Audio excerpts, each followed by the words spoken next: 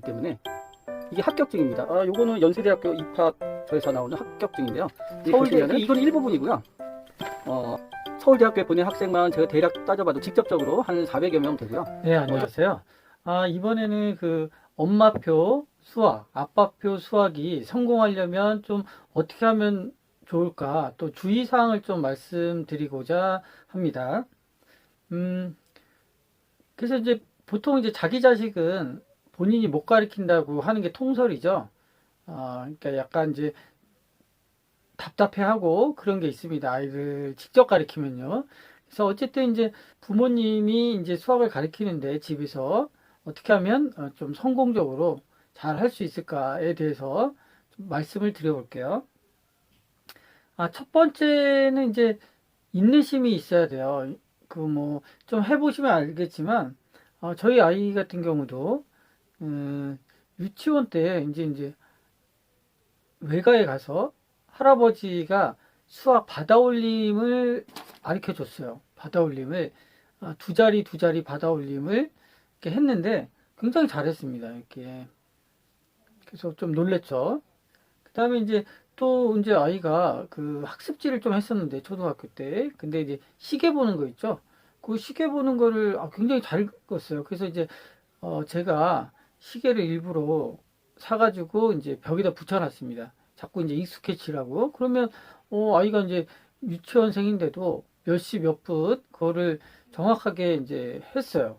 그런데 이제 문제는 한참 뒤에 거의 뭐 1년 정도 뒤에 이제 다시 받아올림하고 시계를 제가 궁금해서 물어봤죠. 그런데 그걸 못 하더라고요. 그렇게 잘했던 두 자릿수 더하기 두 자릿수를 1년 지나니까 몰라요.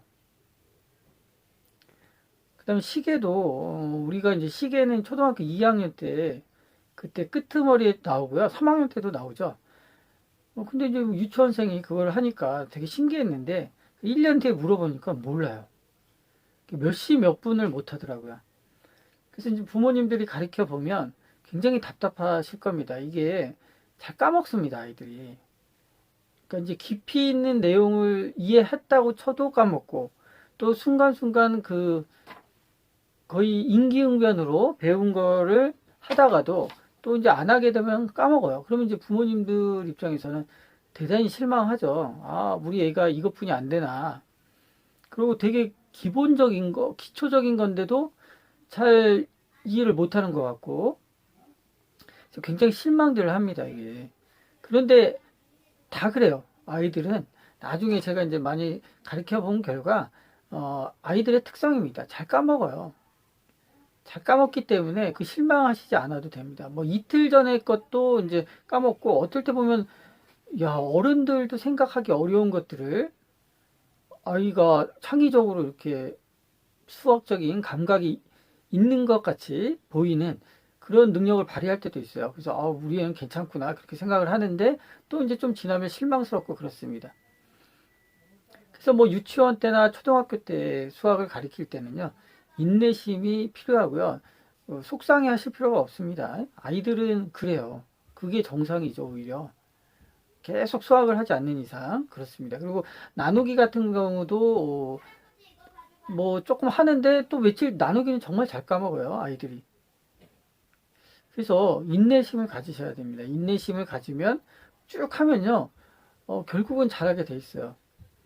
내 속은 터지실 겁니다. 그래서 이제 첫 번째로 인내심이 필요합니다. 우리 애만 그런 게 아니에요. 잘 까먹습니다. 자, 그 다음에 이제 두 번째가 있는데요. 두 번째는 주의하실 게 개념을 너무 이해시키려고 하시면 안 돼요. 그러니까 엄마나 아빠가 집에서 가르칠 때 유치원생일 때든 초등학교일 때든 중학교일 때든 보면은 어떤 분들이 항상 그 나와서 이제 책이나 방송에 나오셔서 아이들이 개념을 완벽하게 알아야지 된다 이런 식으로 얘기를 해요. 개념을 완벽하게 알면 문제를 술술 풀 수 있다. 근데 또 그렇지도 않습니다. 개념을 완벽하게 안다 그래도요. 계산력이나 연산 논리적으로 이렇게 풀어내는 능력이 없으면 개념을 안다고 해서 풀 수 있는 게 아니에요. 고등학교 가보면 알 수 있습니다. 그리고 개념을 말로 자꾸 설명해 해서 안 되는 건요. 쉬운 문제를 많이 풀므로써 아이가 터득하게끔 하면 돼요. 그러니까 예를 들면 그 부모님들도 한번 해보세요. 부모님들도 마이너스 2 곱하기 마이너스 4가 얼마죠? 마이너스 2 곱하기 마이너스 4가 당연히 8이죠. 플러스 8. 음수 곱하기 음수니까 플러스 8이죠. 마이너스 2 곱하기 마이너스 4는 8이다. 근데 왜 그런지 아세요? 개념을 아십니까, 이게? 마이너스 2 곱하기 마이너스 4가 플러스 8이다. 아실 수 있을까요? 개념적으로? 아마 아시기 힘들 겁니다. 이거는 굉장히 어려운 얘기예요. 직관적으로, 개념적으로 설명하기 어렵습니다, 이게. 마이너스 2 곱하기 마이너스 4는 플러스 8이다. 그러니까 이거 자꾸 개념으로 자꾸 이렇게 안 되는 거를 아이들한테 너무나 강요를 하면요. 아이들이 수학에 흥미를 잃어요. 물론 개념을 알 수 있으면 거의 완벽하게 다다를 수 있죠. 어떤 문제를 해결하는데. 그런데 수학은 개념적으로 접근해서 문제는 푸는 것도 있지만요. 개념을 모르는 상태에서 그 익숙한 풀이로서 그것을 풀어낼 수도 있어요. 그러니까 마이너스 2 곱하기 4는 마이너스 8이죠. 마이너스 2 곱하기 4는 마이너스 8입니다. 이거는 개념적으로 가능해요. 마이너스 2 곱하기 4라는 거는 마이너스 2가 4번 더해졌다는 거죠. 마이너스 2를 4번 더하면 마이너스 8이 됩니다. 요거는 개념적으로 설명이 가능해요. 그런데 마이너스 2 곱하기 마이너스 4가 왜 플러스 8이 되느냐? 이거는 굉장히 어려운 얘기예요. 이거는 개념적으로 풀리기보다는 아이들이 살짝 자기가 안다고 인식을 하고 문제를 풀게끔 하는 게 노하우입니다. 노하우예요, 그게. 마이너스 2 곱하기 마이너스 8은 플러스 8이다.